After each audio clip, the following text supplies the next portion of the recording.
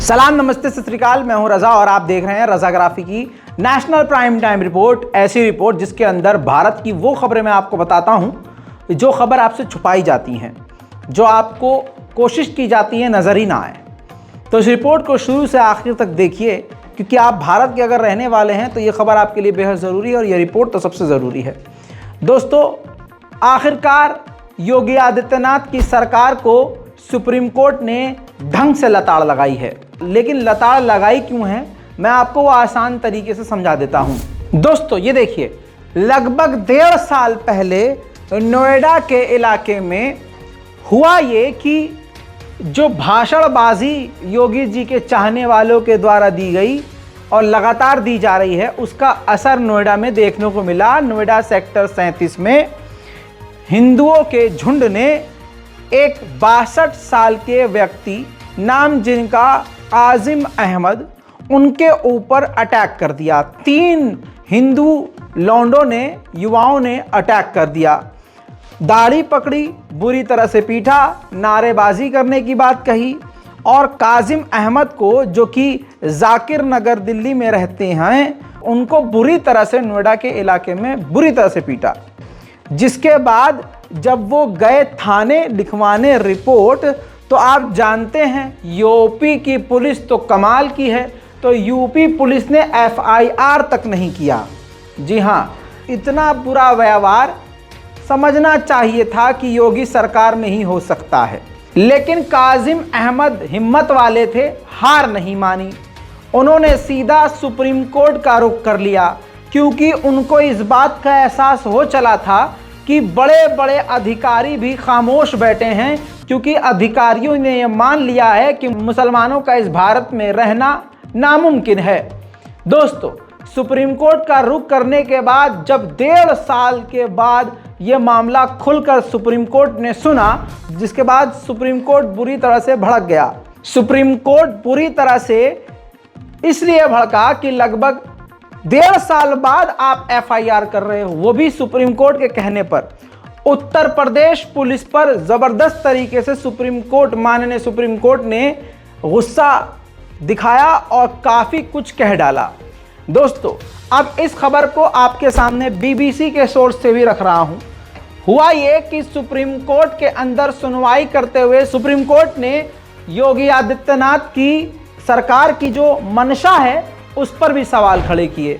जाहिर सी बात है, सुप्रीम कोर्ट ने भी देखा कि 1.5 साल हो गया और एक बंदे की FIR तक नहीं लिखी, और इसमें कितने कितने लोग इन्वॉल्व हैं। अब काजिम अहमद जो थे, उन्होंने अपनी कंप्लेंट रखी है, अपनी गुजारिश रखी है कि जिन लोगों ने, जिन अफसरों ने मेरी कंप्लेंट नहीं सुनी, FIR नहीं करी, उन पर भी कार्रवाई हो। जिस पर सुनवाई करते हुए जो टिप्पणी सुप्रीम कोर्ट ने करी है उसको आप पढ़िए। सुप्रीम कोर्ट ने कहा कि भारत जैसे धर्मनिरपेक्ष देश में धर्म के आधार पर हेट क्राइम की कोई जगह नहीं है।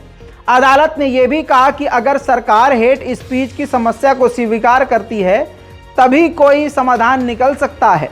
दोस्तों, सोमवार को जस्टिस KM जोसेफ और BV नागरत्ता की खंडपीठ ने कहा कि अगर हेट क्राइम के खिलाफ कार्रवाई नहीं होती तो ऐसा माहौल बनता है तो काफ़ी खतरनाक होता है और इसे हमारे जीवन से ख़त्म करने की आवश्यकता है।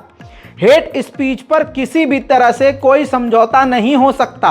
अदालत ने हेट क्राइम के मामले में FIR में हुई देरी को लेकर उत्तर प्रदेश पुलिस को भी फटकार लगाई है।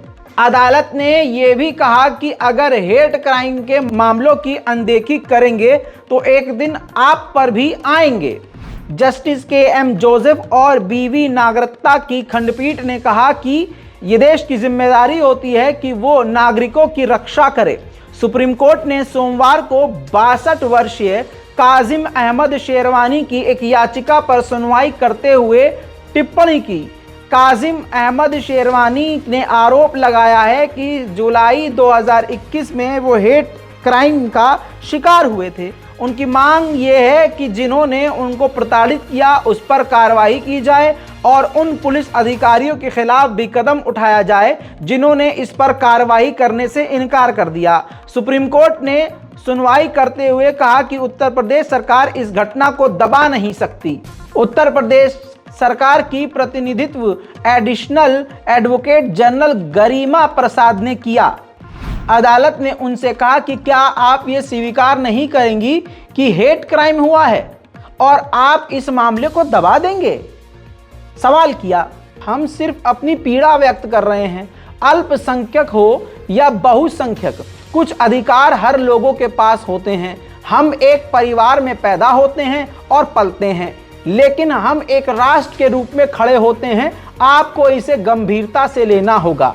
याचिकाकर्ता की ओर से पेश हुए सीनियर एडवोकेट हुजैफा अहमदी ने कहा कि राज्य सरकार इस मामले को हेट क्राइम मानने से ही इनकार करती रही और तुरंत कोई कदम नहीं उठाया। दूसरी ओर दिल्ली पुलिस के वरिष्ठ कानूनी अधिकारी additional solicitor general K M. Natraj ने यह स्वीकार किया कि याचिकाकर्ता को प्रतिरोध के कारण कई चोटें आई थीं। इस पर अदालत ने कहा कि हमें इससे इनकार नहीं करना चाहिए कि इस देश में कुछ ऐसे लोग हैं जिनका सांप्रदायिक नजरिया है और वे आम तौर पर ऐसा करते हैं। उत्तर प्रदेश सरकार की एडिशनल सॉलिसिटर जनरल का तर्क था कि याचिकाकर्ता एक समुदाय से आते हैं, लेकिन इसका मतलब ये नहीं है कि हेट क्राइम हुआ है।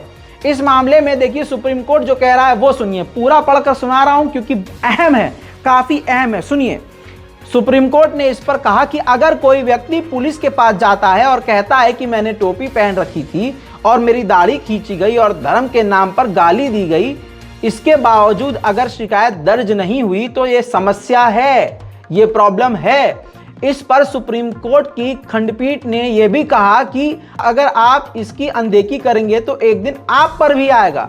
जो लोग संरक्षित हैं उनके लिए समस्या नहीं, लेकिन यह आम लोगों को प्रभावित करता है और हम उनकी सुरक्षा से समझौता नहीं कर सकते। सुप्रीम कोर्ट ने उत्तर प्रदेश पुलिस से कहा कि 2 हफ्ते के अंदर इस बात का जवाब दे कि इस घटना में अभियुक्ति कितने लोगों को पकड़ा गया और कब छोड़ा गया। खंडपीठ ने कहा कि आप उदाहरण बनिए और उन लोगों को ड्यूटी में लापरवाही के लिए परिणाम भुगतने दीजिए।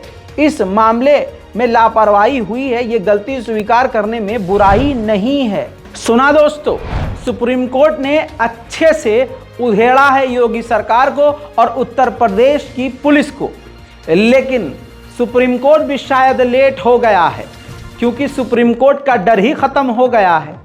दिल्ली, भारत की राजधानी दिल्ली में सुरेश चक्रवाणे के आतंकी प्रोग्राम के अंदर किस प्रकार से आतंकी बयानात जारी किए गए, जिसके जवाबी कार्रवाई में पुलिस ने उल्टा उन पर एफआईआर करने के नोटिस पत्रकार को ही चिपका दिया है, यह मैं आपको कल की रिपोर्ट में बता चुका हूं।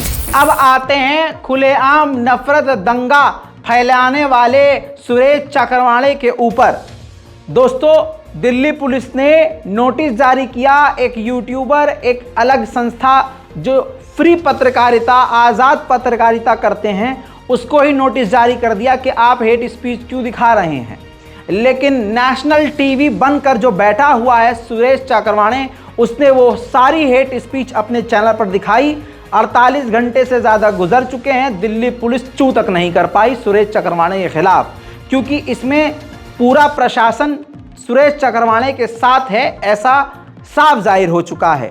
इन सब के बीच सुरेश चक्रवाणे ने विक्टिम कार्ड भी खेलना शुरू कर दिया है, जो कि काफ़ी खतरनाक है। देखिए, ये एक पोस्टर जारी किया है जिसके अंदर दिखाया है कि चारों तरफ से सुरेश चक्रवाणे सुदर्शन न्यूज़ पर गोली चल रही है, बम चल रहे हैं, पत्थर चल रहे हैं, पेट्रोल बम चल रहा है, और लिखा है उसने पोस्टर पर कि देश भर में सुदर्शन के पत्रकारों की हत्या, हमले और धमकियां जारी हैं।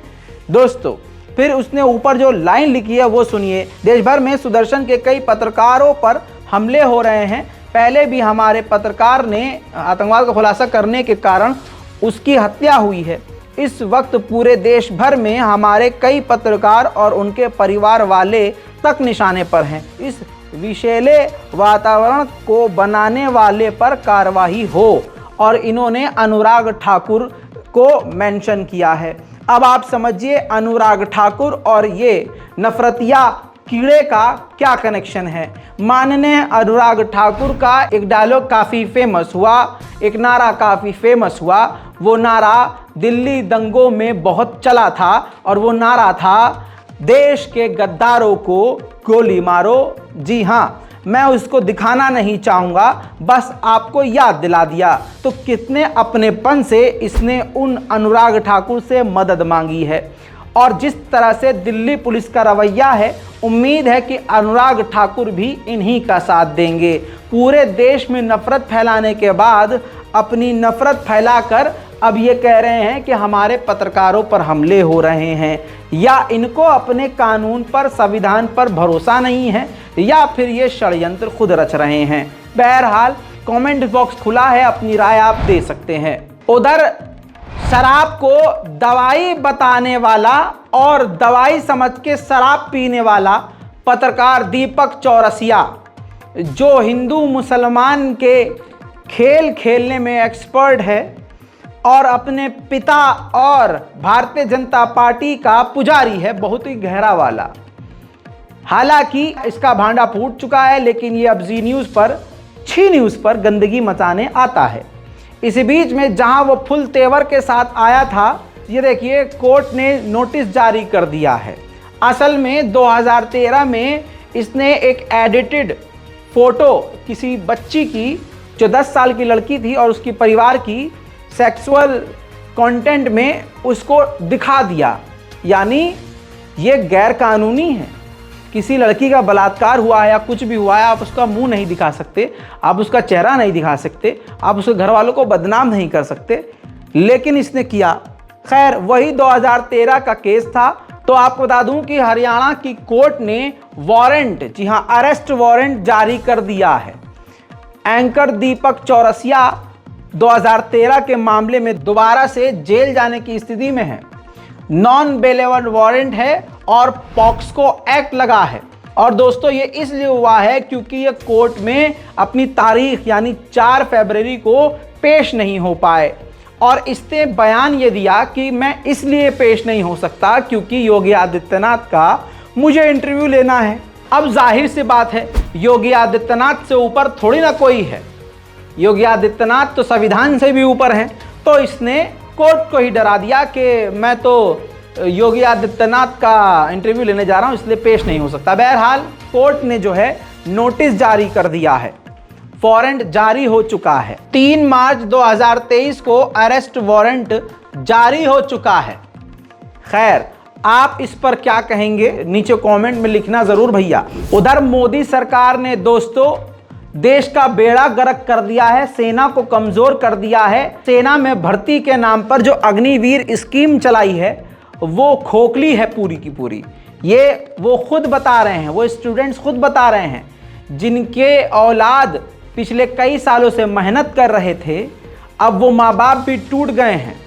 ऐसा ही एक वीडियो सामने आया है जिसमें एक महिला ने जनरल वीके सिंह की धज्जियां उड़ाई हैं और सरकार से सख्त सवाल कर दिए हैं। 40 साल आपने नौकरी करने के बाद आप सरकार के खिलाफ, एक आर्मी चीफ होते हुए अपनी सरकार को तूने कोर्ट में घसीटा 1 साल उम्र बढ़ाने के लिए, और आज तू 2-2 पेंशन ले रहा है, मंत्री की पेंशन ले रहा है, जनरल की पेंशन ले रहा है, और तू वो अग्निवीरों को तू उनके फायदे गिनवा रहा है। शर्म आनी चाहिए। अगर तेरे अंदर इंसानियत है तो तू सबसे पहले दोनों पेंशन बंद कर दे। तू कर दे उन विधवाओं के नाम दोनों पेंशन। आखिर जितने मेरे देश के वीरों ने शहादत दी है बॉर्डरों पे, मैं अपनी सारी पेंशन उन विधवाओं के नाम करता हूँ, उनके बच्चों के नाम करता हूँ, उनके बच्चों को फ्री पढ़ाई कराता हूँ। है दम तो जनरल वीके सिंह जिसका जवाब दे के दिखाएं आप। उधर दोस्तों, आज का ये दौर आ गया है कि गद्दार गद्दी पे बैठा है।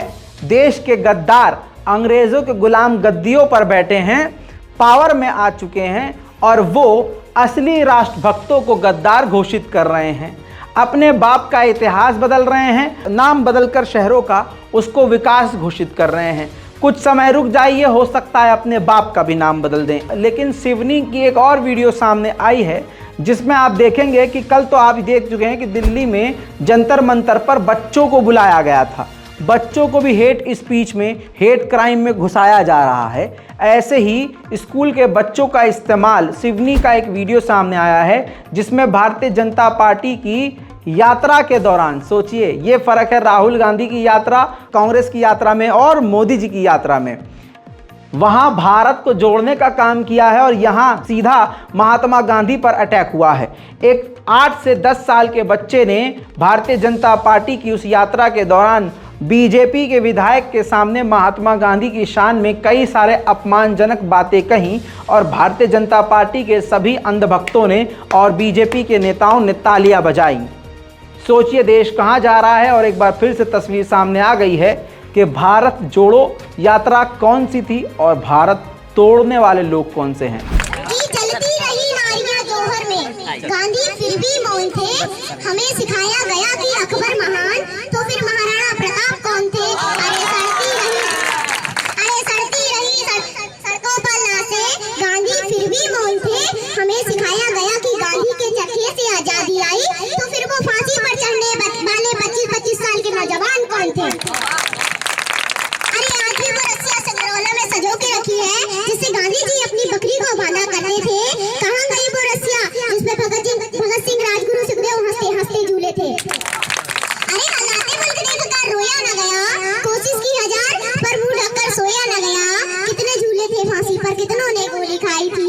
अरे झूठ क्यों बोलते हो साहब की गांधी के चरखे से आजादी आई।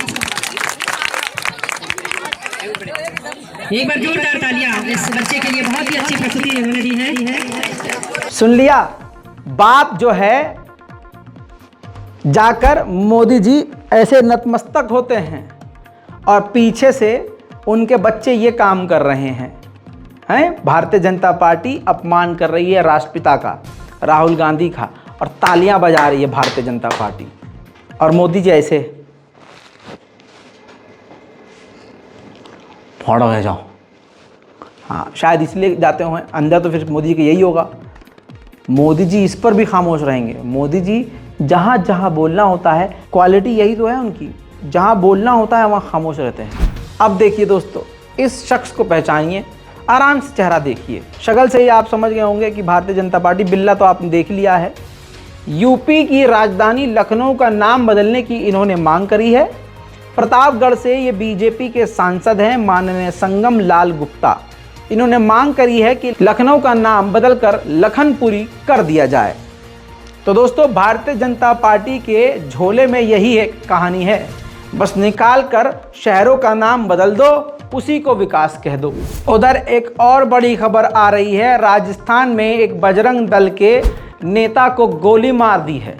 जी हाँ, अभी गूखोर फौरन आंदोलन करने का सोच चुके होंगे रजाग्राफी की इस खबर को सुनते ही कि चलो अब आंदोलन करेंगे। लेकिन सुन लो, प्रीतम सिंह बंटी बन्ना नाम के एक व्यक्ति ने बजरंग दल के व्यक्ति को, मेंबर को बुरी तरह से मार दिया, सीधा सर में गोली मार दी। मामला कुछ इस प्रकार है, जिसका नाम, बजरंग दल का जो व्यक्ति था उसका नाम राजू राजेंद्र परमार है, 38 साल का था। उसका बजरंग दल से गहरा कनेक्शन था और बजरंग दल में होने की वजह से भाई साहब की मतलब समझ भौकाल चलता था, तो प्रॉपर्टी और दूसरे लोगों के घरों पर ये कब्जा भी करने की ऐसी कोशिश करते थे। अब ये बात कहाँ से मिली है, आपकी स्क्रीन पर वो ट्वीट लगा रहा हूँ।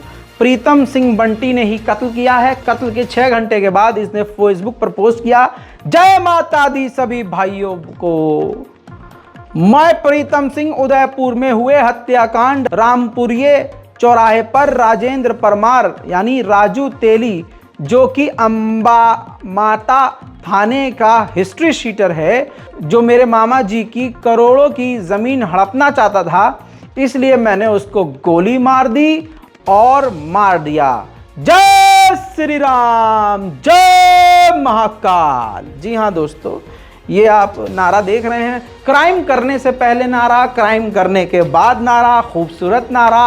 आप देख सकते हैं, हिंदू ने बजरंग दल को मारा, नफरत का खेल चल रहा है। मोदी जी ने इतना खूबसूरत भारत बना दिया है, संविधान तो रौंदा जा रहा है। अब लोग सोच रहे होंगे, मेरे लोग सोच रहे होंगे, अरे यार रजा भाई इसको कवर क्यों कर रहे हो, हिंदू ने हिंदू मारा भाई, उससे हमारा क्या मतलब, खबर इस पर तो शांत रहते। नहीं, दिखाना और बताना तो यही चाहता हूँ कि नफरत का अंजाम नफरत ही होता है।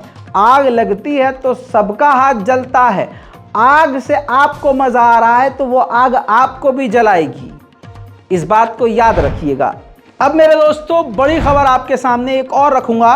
जो बात आपसे रजाग्राफी यानी मैं आपसे कहता था, देखिए वो हो गया और उसका सबूत भी आ गया सामने। इन्फोसिस इस देश की एक बड़ी कंपनी है। जी हां, हजारों लाखों एम्प्लॉय इसके अंदर काम करते हैं। पूरी दुनिया में इसका काम फैला हुआ है, छोटी मोटी कंपनी नहीं है। अब ये सुन लिया आपने, इंट्रोडक्शन सुन लिया। मैंने हमेशा कहा है कि ऊंचे पद पर जो मैनेजर, डायरेक्टर कोई भी किसी कंपनी में होता है, वो मुसलमान को दबाने की कोशिश करता है, मुसलमान के खिलाफ नफरत फैलाने की कोशिश करता है, मुसलमानों को किनारे करता है, हिकारत से देखता है।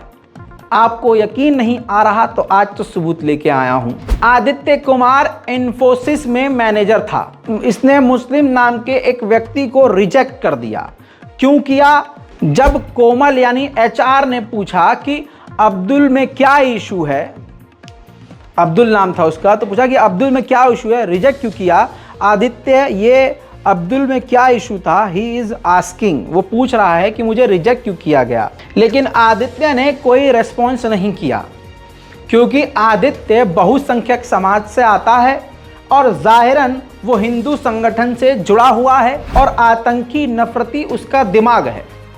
तो किस प्रकार से बड़ी बड़ी कंपनीज में ये नफरत का दौर दौड़ रहा है। इन्फोसिस कंपनी को आप ज़रूर इस वीडियो को शेयर करते हुए मेंशन कीजिए, इस वीडियो के इस टुकड़े को निकालिए और शेयर कीजिए। इन बड़ी बड़ी कंपनीज को लगता है कि भारतीय जनता पार्टी इनके नफरतिया चाल चलन को इग्नोर करती है। गोदी मीडिया हमारे इस कांड को दिखाएगा नहीं, तो इनको ये बताइए कि गोदी मीडिया भले ही ना दिखाए, लेकिन हम जैसे छोटे मोटे मीडिया यूट्यूबर्स आवाज़ उठाते हैं और जिसका असर होता है और लोग उसे देखते हैं। उधर दोस्तों गोबर दर्शन के पत्रकार ने एक वीडियो शेयर किया और बताया कि दिल्ली के संगम विहार में मंदिर को तोड़ डाला गया। ये देखिए, दर्द व्यक्त किया है। कुल मिला के ये लैंड जिहाद था। अगर मैं इनके हिसाब से बताऊं तो जब मस्जिद तोड़ते हैं, मज़ार तोड़ते हैं, तो कहते हैं लैंड जिहाद था। तो अगर मंदिर तोड़ा है गवर्नमेंट ने, तो ऐसे तो फालतू में तोड़ा नहीं होगा। जाहिरन ये लैंड जिहाद हो रहा था तो लैंड जिहाद रोक दिया।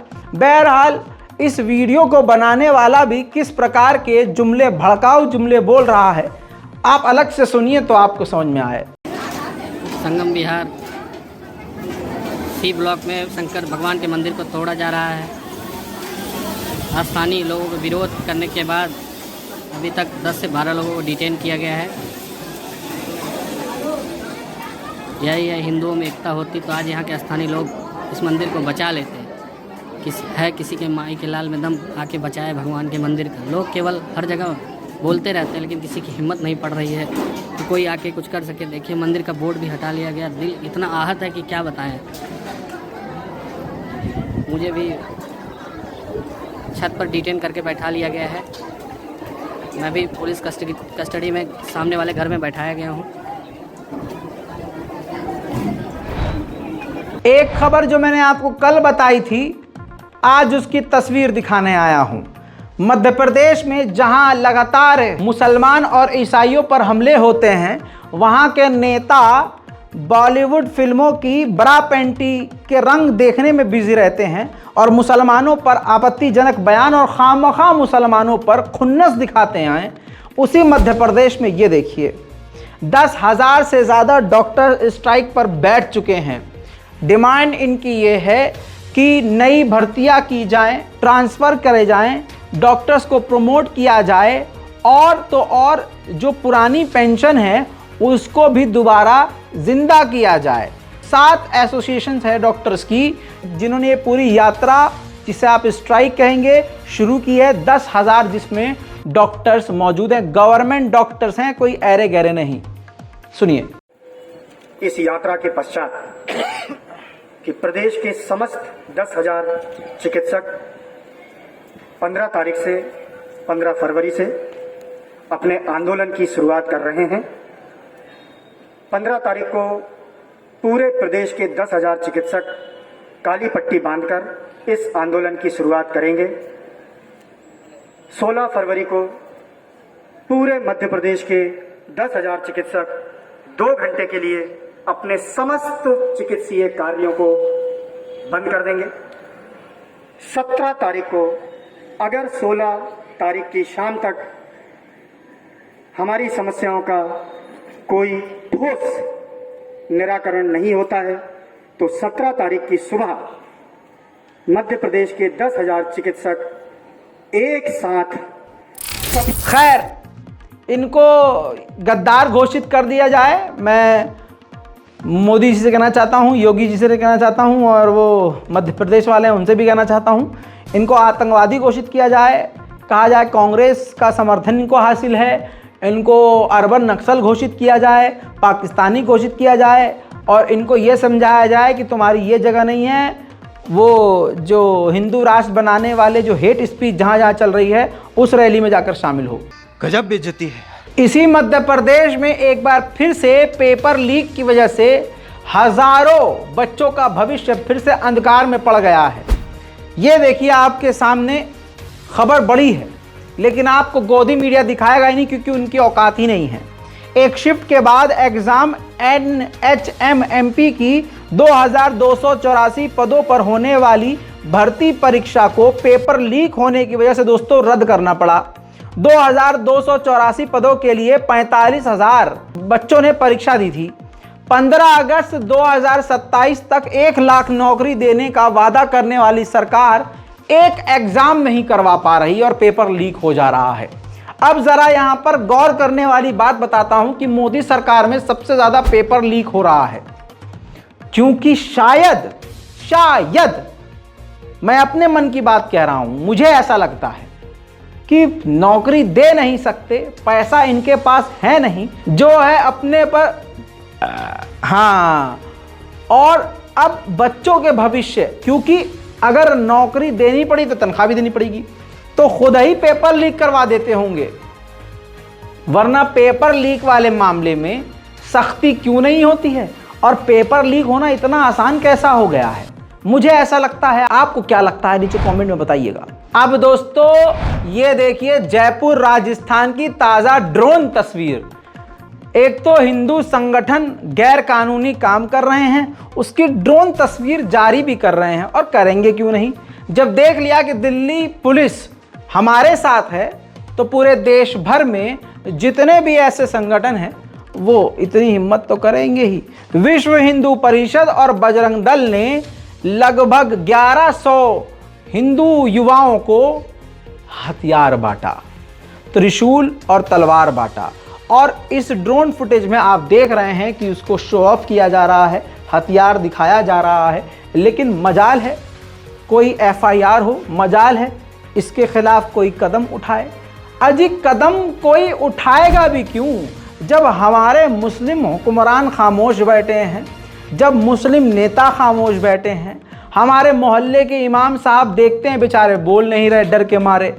अगर मैं ऐसा नहीं है कि मैंने कभी राय नहीं ली है, ग्राउंड पे उतर कर कोशिश करी है, दिल्ली हो, जामा मस्जिद हो, उत्तर प्रदेश के इमाम, कई बार मैंने कोशिश करी है कि इमाम से जो है, जो लोकल इमाम है उनका बयान लूं। अल्लाह की कसम खाया कह रहा हूं, मैंने खुद कई बार मौलवियों से बात करी, इमाम, पेश इमाम, मदरसा पढ़ाने वाले इमाम से बात करी कि आप क्या सोचते हैं इस नफरत पर। तो उन्होंने बड़ी अच्छी अच्छी बातें कही, मोहब्बत वाली बातें करी। लेकिन जब मैंने कैमरा ऑन किया और माइक लगा दिया, जबान जो थी ऐसे गोल गोल घूम के पेट में चली गई। अरे कैमरा पर नहीं, हम नहीं बोले, हम नहीं बाबा, हम नहीं। अरे मौलवी साहब, जो पीछे बोल रहे थे वही यहाँ बोल रहा है। मोहब्बत की बात इस्लाम से कहता है, वही आपको मोहब्बत की बात बोलनी थी। जब आप डरेंगे तो आपके पीछे जमात पढ़ने वाले कितना डरेंगे। तारीख बताने का वक्त गया, तारीख इस्लाम सबको पता है।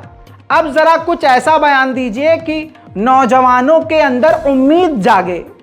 आप भी खबर पढ़िए, संविधान पढ़िए, कानून पढ़िए, उस हिसाब से अपने आप को एजुकेट कीजिए और लोगों को भी। और जुल्म के खिलाफ तो बोलो भैया, जुल्म के खिलाफ नहीं बोलेंगे।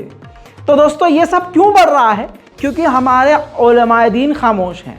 हमारे जो शिया संगठन है, मुस्लिम संगठन है, सुन्नी संगठन है, शियाओं की अलग कमेटी है भाई साहब, मजलिस उलमाए हिंद, शिया उलमाए हिंद, सुन्नियों की अलग है, सुन्नी उलमाए हिंद, हम लोगों की बिल्कुल अलग कमेटी बनी हुई है मतलब। और ऑल इंडिया शिया मुस्लिम बोर्ड, ऑल इंडिया सुन्नी मुस्लिम बोर्ड, सबके ये सब कहाँ है भाई साहब? सबकी जबान बंद, खुदा की कसम। एक आध संगठन है वो रजा एकेडमी, उधर मुंबई से कोई है, वो खड़ी होती है तुरंत। वो पढ़े लिखे लोग हैं, उनकी कमेटी में पढ़े लिखे लोग हैं, तुरंत वो वो खबरों को भी देखते हैं, हालात देखते हैं, तुरंत वो एक्शन लेते हैं, मेमोरेंडम देते हैं, आवाज़ उठाते हैं। भैया यही तो चाहिए। कानून के हिसाब से आप जुल्म के खिलाफ आवाज़ उठाओ, कानून हमारा अधिकार है, ये हमें अधिकार मिलता है। नहीं, तुम्हारे लोग पीटे जा रहे हैं, गरियाए जा रहे हैं, रगड़े जा रहे हैं, मॉब लिंचिंग हो रही है, आप पांचों टाइम दे दनादन दे दनादन दे दनादन, नमाज। अबे भाई नमाज पढ़ो, वाजिब है, नमाज माफ़ नहीं है, मरते होगा नमाज माफ़ नहीं है, लेकिन ये भी तो ज़रूरी है, ये भी तो आपके आमाल हैं, ये भी तो आपका अमल है, ये भी तो इस्लाम का एक हिस्सा है कि अगर आप पर जुल्म हो रहा हो, आपके साथी पर जुल्म हो रहा हो, आप जुल्म के खिलाफ बोलिए। मेरी बात गलत है तो कोई भी आलिम दीन इस बात को गलत बोल के दिखाए, क्योंकि ये खुद तो आलिम दीन कहते हैं कि जुल्म के खिलाफ खामोश रहना गलत है, जालिम का साथ देना है। जुल्म पर खामोश रहना ठीक ऐसे ही जैसे आप जालिम के ही साथ हो। मेरी बात समझ में आ रही है तो नीचे कमेंट कीजिएगा। दोस्तों ये सब कुछ पूरे देश में जो सुरेश चक्रवाणे, गोबर दर्शन, हिंदू संगठन, ये बड़े बड़े जो प्रोग्राम कर रहे हैं, इनका असर आना शुरू हो चुका है। अब बच्चों को आपने देखा दिल्ली में दिल्ली पुलिस को तो सलाम करिए भाई साहब, क्या ज़बरदस्त काम किया है। पत्रकार को ही नोटिस जारी किया है, बच्चों को उस नफरत के प्रोग्राम में बुलाया गया, 100 रुपया देकर बुलाया गया मेरे ख्याल में। खैर, अब यही बयानबाजी की वजह से मुसलमानों के खिलाफ इतनी नफरत भर दी गई है बच्चों के भी दिलों में कि मध्य प्रदेश के सीएम साहब के बारे में तो आप सुन ही चुके हैं, क्या नफरत रखते हैं मुसलमानों से, ये सभी को पता चल चुका है। 2002 वाले का भी बारे में मालूम है आपको कि उसको भी कितनी नफरत थी। तो उसके टीम में जितने भी लोग हैं, सबको लगता है कि अरे पिताजी को जब इनसे नफरत थी तो हम भी नफरत इनको दिखाकर थोड़ा ऊंचा पद हासिल कर लेंगे, थोड़ा उनके और करीब हो जाएंगे। खंडवा में मस्जिद के इमाम के ऊपर नाबालिग हिंदू लौंडों ने, 3 लौंडों ने हमला किया, चाकू से गोद डाला। सीसीटीवी फुटेज आ चुका है लेकिन मैं दिखाऊंगा नहीं। बुरी तरह से गोदा, और उसके बाद उनके साथी एक और थे जिसका नाम मोहम्मद रजा था, उसको भी बुरी तरह से चाकू से गोद डाला। ठीक है, अब पुलिस ने खुद कहा है कि ये नाबालिग थे, स्कूल जाते थे, लेकिन गुंडे मवालियों के साथ संपर्क में थे और एक खास जो अलग संगठन है उससे इन्फ्लुएंस थे। लोगों ने इनको अपना नाम चाहिए था, हमें कुछ ऐसा बदमाशी में नाम कर देना है, तो इसका फ़ायदा उठाया कुछ ख़ास लोगों ने। और वो ख़ास लोग कौन हैं आपको मुझे समझाने की ज़रूरत नहीं है। बड़े बड़े संगठन है, अभी इसी रिपोर्ट में देखा कि हथियार दिए जा रहे हैं, तलवार दी जा रही है, चाकू दिया जा रहा है, और उसी चाकू से क्या किया गया, मुसलमानों को गोदना शुरू किया जा चुका है। 3 लौंडों को गिरफ्तार किया गया। पुलिस का बयान आपके सामने है, कान खोलकर ध्यान से सुनिए। एक्टिव हो गई थी, कुछ हमको फुटेज मिले थे, कुछ हमको मोबाइल जानकारियां मिली थी, और जिसके आधार पे आज हमने इसमें 3 नाबालिग कर्मचारियों को इसमें हमने अभिलक्ष्य में लिया है। उन्होंने इस घटनाक्रम को स्वीकार किया है। इसमें एक घटनाक्रम जिसमें कि शेख हुजैफा के ऊपर जो अपराध हुआ था उसमें 5 कुल आरोपी थे, उसमें 4 नाबालिग कर्मचारी हैं और एक बालिग राजा राठौर नाम का आरोपी एक उसमें है। और जो दूसरा घटनाक्रम हुआ था उसमें 2 अपचारी बालक थे और एक उसमें राजा राठौर उसमें भी था। तो इस प्रकार से एक घटनाक्रम में 5 टोटल आरोपी हैं और एक घटनाक्रम में 3 आरोपी जो मुख्य जिन्होंने घटनाक्रम किया है। इनसे जो हमने बात किया, पूछताछ किया, तो इनके ये 2-3 चीजें निकल के आई इसमें। पहला था कि ये एक नाबालिग हैं, स्कूल में पढ़ाई लिखाई नहीं कर रहे हैं और ये आपराधिक तत्वों से प्रभावित हैं, जैसे कि उज्जैन का दुल्ला कश्यप और इस तरह का जो गुंडा है बदमाश का, उससे प्रभावित थे। इसके अलावा और ये कुछ इस तरह करना चाहते हैं जिससे इनका नाम हो। इसका फायदा कुछ लोगों ने उठाने की कोशिश की और इनको इस तरह के अपराध करने की तरफ प्रेरित किया, जिससे कि शहर का माहौल खराब हो। उन लोगों के लिए मेरे दोस्तों, वहीं मध्य प्रदेश के लोगों ने ही जागरूकता दिखाई है। सलाम कीजिए और दूसरे मुसलमानों को कहूँगा शर्म कीजिए। अगर आपके इलाके में ऐसा कोई कांड हो रहा है और आप इकट्ठा होकर थाने नहीं जा रहे हैं, सोशल मीडिया पर इस बात की जानकारी नहीं दे रहे हैं, आवाज़ नहीं उठा रहे हैं, फिर तो भैया चांटे खाने के लिए, चाकू खाने के लिए तैयार रहिए आप। कानून हमारे लिए है, सबके लिए है। कानून हमें अधिकार देता है कि आप जाकर कंप्लेंट कर सकते हैं, जो कि मध्य प्रदेश के लोगों ने किया। लेकिन खुलासा बड़ा खतरनाक किया है कि ये लोग कौन से लोग? हाँ, महिलाओं का, जिस देश में महिलाओं का सम्मान होता है, महिलाओं को पूजते हैं जो लोग, वही लोग औरत को आगे कर रहे हैं मर्दों को फंसाने के लिए। देखिए जिस तरह से भड़काऊ बयानबाजी की जा रही है, युवाओं में जो एक मुस्लिम वर्ग के पीछे घृणा भरी जा रही है, उसी का अंजाम है। पहले तो आम नागरिक भी सुरक्षित नहीं थे, अब जो हमारे मस्जिद के इमाम हैं, जिनकी हम इमामत में चलते, जिनके हम इताअत में चलते, जिनका किसी तरह से कोई लेना देना नहीं है, उन पर चाकूबाजी की घटना होना ये अपने आप में एक सोचने का विषय है। दूसरा मसला ये आता है कि प्रशासन कार्रवाई के नाम पर लीपापोती कर देता है तो इन लोगों को बल मिलता है। तो क्या हम सीधे तौर पे ये समझे कि खुले तौर पे प्रशासन ने इन लोगों को छूट दे रखी है? पहला सवाल तो ये। दूसरा, क्यों नहीं इन पर, ये गुंडा लिस्ट में शामिल है, इन पर रासुका की कार्रवाई की जाती है? क्यों ना इनके मकान तोड़े जाते? जिस धर्म में नारी को पूजा जाता है, खंडवा में ट्रेंड चला है, उस किसी लड़की को लाकर चौवन की छेड़छाड़ लगा कर उस नारी रूपी महिला का यूज करके मुसलमान को जेल पहुंचाया जाता है। ये अपने आप में शर्म की बात है और ये मर्दानगी वाला। इतने गिर गए हैं ये लोग, इतने गिर गए हैं, अब औरत को आगे कर रहे हैं मुसलमान को फंसाने के लिए। इससे ज़्यादा आदमी और क्या ही गिरेगा भैया। अच्छा हुआ, इसीलिए कहते हैं इस्लाम से बेहतर कोई है ही नहीं। भले ही कोई 24 घंटा तालियां मार के कहता रहे हमारा ये अच्छा, हमारा वो अच्छा, लेकिन तुम्हारे कारनामे बता रहे हैं क्या अच्छा है क्या बुरा है। उधर राहुल गांधी ने संसद में आरएसएस और संघियों की धज्जियां उड़ा दी। पप्पू, भले ही मैं तो कह रहा हूं कहो पप्पू, लेकिन पप्पू का इतना खौफ कि हाँ साहेब पहुंचे ही नहीं। 1 घंटे की स्पीच में राहुल गांधी ने भाई साहब उधेड़ कर रख दिया।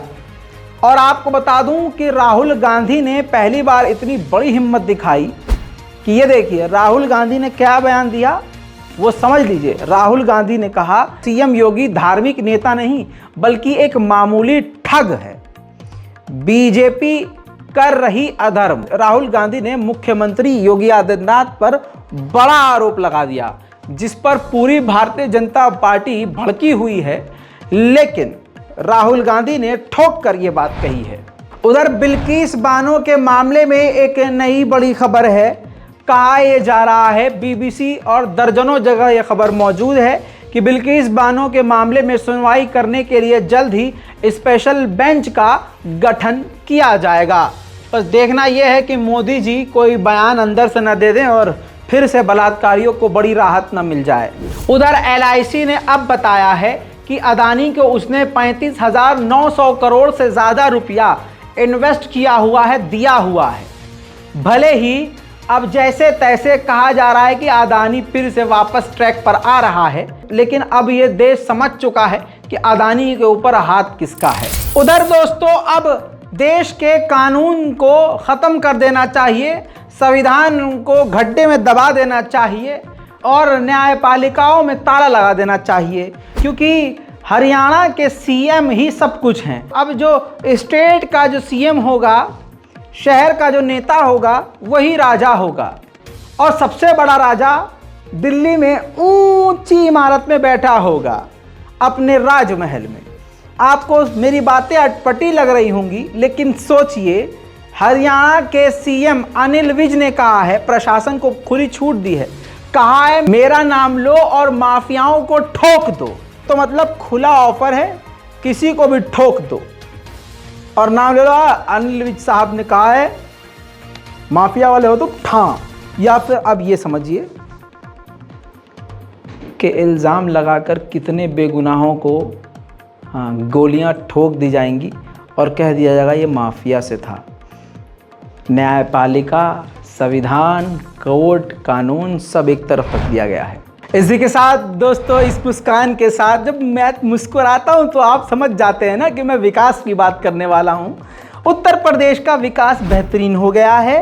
अब जो नया विकास हुआ है, उत्तर प्रदेश के लोगों को मुबारकबाद देना चाहूँगा। पहले अब सुनिए, यूपी रोडवेज ने बसों का किराया बढ़ाने का ऐलान किया है।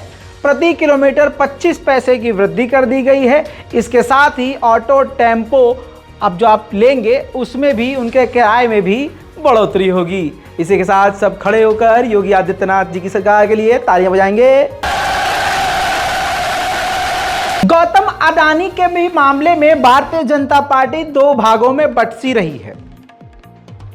आपको पता है, यूपी के योगी आदित्यनाथ ने अडानी को जोरदार झटका दिया। मैंने कल आपको बताया था। असल में 6000 का मीटर अडानी 10,000 रुपये में लगा रहा था। तो योगी आदित्यनाथ का फैसला बिल्कुल सही है, क्योंकि जेब पर तो जनता के ही आता ना। तो योगी आदित्यनाथ ने यह अच्छा कदम उठाया और अडानी को वो टेंडर नहीं दिया। अब सोचिए, इस पर अडानी को क्या कहना चाहिए? जो गूखोर हैं, क्या कहना चाहिए उनको कि योगी आदित्यनाथ ने भारत पर हमला किया, भारत से रोटी छीन ली। क्योंकि अडानी ने तो अपने आप को भारत घोषित कर दिया था कि हिंडनबर्ग ने हमारी कंपनी अडानी पर नहीं भारत पर हमला किया है। अच्छा, तो फिर योगी आदित्यनाथ ने भी तो भारत पर हमला किया, जबकि आदित्यनाथ ने बिल्कुल सही कदम उठाया। अब भारतीय जनता पार्टी की एक वरिष्ठ नेता उमा भारती ने भी साफ कह दिया है कि अडानी भारत नहीं है। अडानी का पूरा विषय जांच के दायरे में है, इसलिए मैं बिल्कुल टिप्पणी नहीं करूंगी। क्योंकि कल निर्मला जी का भी बयान आ गया अडानी को लेकर के कि वो एक आकलन चल रहा है, तो आकलन होने दीजिए। लेकिन मैं एक बात कह सकती हूँ, मुझे गौतम अडानी की एक बात बहुत खराब लगी थी। अभी 5-7 दिन पहले उन्होंने कहा कि ये भारत पे हमला है। गौतम को ये भ्रम कैसे हो गया कि गौतम अडानी भारत है? गौतम अडानी भारत नहीं है। ये गौतम अडानी को ध्यान में रखना पड़ेगा। भारत पे कोई हमला नहीं कर सका है। भारत की आर्थिक संप्रभुता, भारत की सांस्कृतिक संप्रभुता मुगलों के शासनकाल में भी अक्षुण्ण रही है। और इसलिए मैं बिल्कुल पूरी तरह से ये मानती हूँ कि गौतम का ये कहना कि मुझ पर हमला, भारत पर हमला है, ये उसका भ्रम है और इस भ्रम का उसको इलाज कर लेना चाहिए। उधर दोस्तों, दुनिया रो रही है, सहम गई है। दुश्मन भी तुर्की और सीरिया में आए भूकंप को देखकर, जो उसके दुश्मन है सीरिया और तुर्की के, वो भी नरम पड़ गए हैं कि ये कुछ ज्यादा ही बुरा हो गया।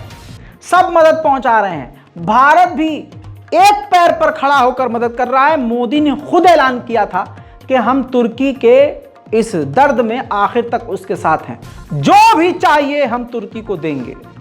किसने कहा? मोदी ने कहा। और मोदी के बच्चे क्या कर रहे हैं अभी आपको दिखाऊंगा। जो मोदी जी ने सेना बनाई है, जो जानवरों की सेना है मोदी की, वो सोशल मीडिया पे क्या कर रही है। मुस्लिम खिलाड़ी ने ट्वीट किया। मोहम्मद सिराज लिखते हैं, after seeing the picture of Turkey and Syria, praying for all the families, दुआ है कि सब सलामत रहें। एक सिंपल सा ट्वीट किया। इससे बेहतर तो मोदी जी ने बोला था। मोदी जी ने ज्यादा दुआएं दी थी और ज्यादा साथ देने की बात कही थी। अब देखिए दोस्तों, उस पर जो सुअरों की भीड़ है उसने क्या कमेंट किया है। पहले तो समी है, बाजिर कान समी नाम का एक बंदा लिखता है, कश्मीर की पिक्चर नहीं देखते क्या? ये जरूर कश्मीर का होगा। मुसलमान हो या नहीं मुझे नहीं पता। अगर मुसलमान होगा भी तो आप देखिए कश्मीर में भी ऐसे लोग हैं जिनको अपनी पड़ी है। ये देखिए मनोहर सिंह क्या लिख रहा है, तू भी चला जा बचाने अपने भाइयों को साले हरामी। और रवि लिखता है कि if Muslim people's life is at stake you speak, is it देशद्रोही? भाई साहब देशद्रोही साबित कर दिया। और ये देखिए राजेंद्र मंडल, जो मैं आपको बताता हूं कि ऐसे लोग भगवान का नाम लिखते हैं, भारत का तिरंगा लगाते हैं और सोशल मीडिया पर खूब हगते हैं, लिखता है रिप्लाई करता हुआ, आ गया मुल्ला। ये देखिए शंकर लिखता है, भाई हम लोगों ने इसको अच्छा समझा था, लेकिन इनके लिए कंट्री से पहले इस्लाम है। देख रहे हैं आप? तो लवड़ा सुरो, तुम्हारे लिए भी तो कंट्री से पहले इस्लाम है। हिंदू राष्ट्र के लिए जो हर क्षेत्र से चीख रहे हो, वो काय के लिए है? और शंकर आगे और हंसता है कि हा हा हा, इसकी असलियत भी आ गई, अब जो ना समझे वो क्या ही क्या है। और ये देखिए, आई ट्रस्ट अदानी ग्रुप देख रहे हैं आप, लिखता है हाँ भोसड़ी के तेरे वाले सब मरे हैं इसलिए। इंडिया में भी बाढ़ आई थी, उसका तो कभी ट्वीट नहीं किया। और स्पार्टन ट्रॉय लिखता है इस्लाम इस्लाम खेलना शुरू। किंग कोहली, बांग्लादेश में हिंदुओं के साथ अत्याचार होता है तब सारे कोई कुछ नहीं बोलता। पुंडलिक लिखता है एनीथिंग ऑन कश्मीर पंडित। इधर लिखता है सुरेश राजपुरोहित, सिराज बांग्लादेश में 12 हिंदू मंदिर तोड़ दिए गए हैं, उस पर भी कुछ बोल। और कंजेक्टरल ट्रुथ लिखता है टीका लगाया होता तो आज ये दिन देखना ना पड़ता। और जय राठौर लिखता है भाई पुलवामा बात क्यों नहीं ट्वीट आया, दिल बड़ा रखो, मतलब पुलवामा पे क्यों नहीं बोला भाई साहब, दिल बड़ा रखो। और आई एम मोदी, ये देखिए मोदी लवर लिखता है पहले टीका लगा, पहले तिलक लगा। अशोक ग्रोवर लिखता है please get Tilak first, everything shall be fine. अच्छा, तो ये दोस्तों नौकरी नहीं करते और इनके साथ यही मोदी जी करते हैं। जब ये मोदी जी कुछ कहते हैं, मोदी जी हमको रोजगार चाहिए, शिक्षा चाहिए, मोदी जी को तिलक लगा के पिछवाड़े पर मार कर भगा देते होंगे। और इधर देखिए, इंडियन कुमार लिखता है तुर्की सपोर्ट पाक नॉट इंडिया, अपने खेल पर ध्यान दो, पॉलिटिक्स नेता कर लेंगे। तो दोस्तों ऐसे ऐसे नफरतिया बयान मौजूद हैं और ये कौन से लोग हैं आपको समझने की जरूरत नहीं है। यही हिंदू राष्ट्र के लिए चीख रहे हैं, यही लोग चाकू मुसलमानों को मारकर भाग रहे हैं, इन्हीं के बच्चे चाकू मार देते हैं, इन्हीं के बच्चे हिंदू राष्ट्र बनाने के नाम पर अपना स्कूल छोड़कर रैली में शामिल होते हैं, वापसी में वो 150 रुपया लेकर घर चले जाते हैं। और फिर अंधभक्तों के पिता घर में बैठ के उन्हीं 150 रुपये से 70 रुपये का पौवा लेकर, चखना लेकर बैठ के रात भर नशा मारते हैं। आखिर में करूंगा मैं अपने मन की बात। लोग बड़ा कमेंट करते हैं कि रज़ा भाई ये आप सही कर रहे हैं कि आप अपनी राय भी देते हैं, लोगों को समझाते भी हैं। और मैंने ये देखा भी है अल्हम्दुलिल्लाह कि मेरे समझाने से लड़के और लड़कियों पे फ़र्क पड़ रहा है। बुज़ुर्गों के भी मुझे मैसेज और मेल्स मिलते रहते हैं जिसमें वो बताते हैं कि हाँ, हम जो बात नहीं बोल सकते वो आप बोलते हैं, और वो बच्चों को समझ में भी आता है। तो दोस्तों आज मैं यही कहूँगा कि कई परिवार ऐसे हैं देश में, कई क्या लाखों करोड़ों परिवार हैं मुस्लिम जो गरीब हैं, जो पढ़ लिख नहीं सकते, अपने बच्चों को पढ़ा लिखा नहीं सकते। फिर से वही बात बोलूँगा, आप अमीर तभी बन पाएंगे, पैसा नाम इज्जत शोहरत तब कमा पाएंगे जब आप अपने बच्चों को पढ़ाएंगे। और बच्चों को पढ़ाने के लिए अगर चीन भी जाना पड़े, इल्म हासिल करने के लिए चीन भी जाना पड़े, ये इस्लामिक रवायत है, एक कहावत है, उसमें ये बात है। तो आप ये मत सोचिए आप एक टाइम का खाना कम खाओ। आप मेरे बारे में कुछ नहीं जानते। मैंने भी ऐसी ज़िंदगी देखी है कि मेरे माँ बाप ने मुझे पढ़ाने के लिए खुद ईद पर एक कपड़े बनाए, मुझे बनाया भाई तुम दो पहनो, गरीबी कभी महसूस नहीं होने दी। कम खाया, ज़्यादा ख़ास नहीं खाया, मुझे अच्छा खिलाया और मुझे पढ़ाया। जितनी तनख्वाह थी मेरे बाप की, आधी मेरे बाप ने हर महीने मेरे ऊपर खर्च करी, मेरी पढ़ाई के ऊपर खर्च करी। और आज आपके सामने खड़ा हूँ, आपके दिलों में बसता हूँ। इसलिए कह रहा हूँ, खासकर लड़कियों पर ध्यान दीजिए, बेटियों को पढ़ाइए लिखाइए, आगे बढ़ाइए। आपके परिवार में से अगर कोई एक लड़का भी निकल गया, एक लड़की भी कामयाब हो गई, तो वो पूरे परिवार को ही घसीट लेगी। वो अब गाइड कर सकेगी, वो अपने बाद वालों को समझा सकेगी और समझा सकेगा कि आपको अब क्या करना है। पढ़ने वाले लड़के लड़कियों से यही कहूँगा, मोबाइल तुम्हारे माँ बाप ने तुम पर यकीन करके दिया है। औलाद पर माँ बाप भरोसा करते हैं और आप उस भरोसे के साथ खेलते हैं। यकीन करना, एक दिन आप भी माँ बाप बनेंगे, ये रिपीट होकर हमारे साथ भी होगा। जो माँ बाप कहते हैं वो बिल्कुल हकीकत कहते हैं। कुछ दिन ही आपको मेहनत करनी है और इसके बाद कामयाबी आपके कदम चूमेगी। आज जब आपके घर में कोई आपकी सुनवाई नहीं हो रही, तो आपकी औकात ही नहीं है कि आप अपनी मर्जी की लड़की से ब्याह करने की औकात रख सको कि बाप को बोलूं कि मैं इस लड़की से शादी करूंगा। बाप गुद्दी पर मारेगा, आंख बाहर आ जाएगी कि ससुरे पहले पढ़ लो, कदमों पे खड़े हो जाओ, घर बसाने लायक हो जाओ, तब किसी लड़की को अपनी ज़िंदगी में लेके आओ तो समझ में आए कि उसका तुम पूरा कर पाओगे। तो प्यार यहाँ पर कहा गया गधे के पिछवाड़े में। तो याद रखना, इसी तरह से लड़कियों को कहना चाहूँगा, जो लड़का आप देख रहे हो उसमें वो क्वालिटी देखिए जो आपके बाप को पसंद आए। आपको पसंद आए ये सिर्फ ज़रूरी नहीं है, ये बात याद रखिएगा। और अपने इस्लाम के दायरे में रहो तो सबसे बढ़िया है। इस बात को समझ लो, मोटा मोटी कह दिया है। 14 तारीख आ रही है, मुझे मालूम है बहुत लोगों के अलग अलग प्लान्स होंगे, बहुत चीज़ें होंगी, कुछ तो 14 से पहले ही नहीं मर जाएंगे, कुछ 14 के बाद जाएंगे। भाई साहब, दिमाग हमारे पास भी बहुत है, हम भी लौंडे हैं, लेकिन आपको समझा रहे हैं प्यार से, गलत काम से बचो, क्योंकि तुम्हारे पीछे एक संगठन पड़ा हुआ है जो तुम्हारी जान का प्यासा है। गलत जगह पकड़े गए तो तुम न घर में बता पाओगे, मॉब लिंचिंग करके मरवा दिए जाओगे। जय हिंद।